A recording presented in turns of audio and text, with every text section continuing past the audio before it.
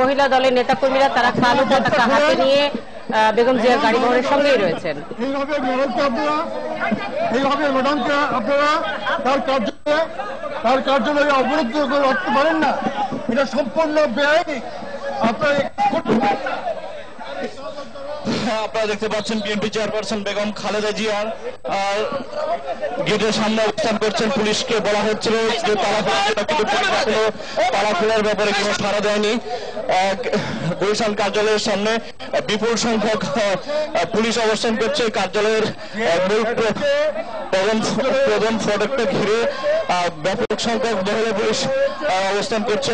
BNP chairperson Begum Khaleda Zia মধ্যে বসে আছেন প্রধান ফটকের সামনে। তিনি নয়াপল্টনের উদ্দেশ্যে রওনা দিয়েছেন, তবে পুলিশকে বারবার অনুরোধ করা সত্ত্বেও পুলিশ তালা খুলছে না।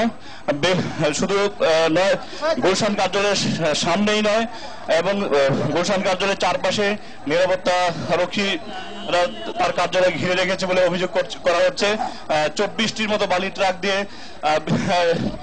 ব্যারিকেড দেওয়া হয়েছে। বিএনপি চেয়ারপারসনের বিশেষ সহকারী শিমুল বিশ্বাস আপনার পুলিশের সাথে কথা বলছেন তাদের সেই তালাটি খুলে দেওয়ার জন্য, যাতে বিএনপি চেয়ারপারসন বেগম খালেদা জিয়া নয়াপল্টনের উদ্দেশ্যে বের হতে পারেন।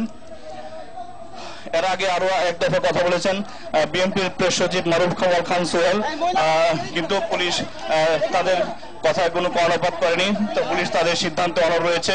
গেটে তালা ঝুলছে। মহিলা দলের নেতা কর্মীরা আপনারা দেখতে পাচ্ছেন যে বিক্ষোভ প্রদর্শন করছে কালো পতাকা নিয়ে গুলশান কার্যালয়ের ভিতরে। গত দুদিন ধরে বিএনপি চেয়ারপারসন বেগম খালেদা জিয়া গুলশান কার্যালয়ে আসছেন। আমরা দেখতে পাচ্ছি মহিলা দলের নেতা কর্মীরা গেটের তালাটি ভাঙার চেষ্টা করছে। কতটুকু সফল হয়েছে দেখার বিষয়। বিএনপি চেয়ারপারসন বেগম খালেদা জিয়া এখনো গুলশান কার্যালয়ে অবস্থান করছেন। বাইরে পুলিশ সতর্ক অবস্থায়।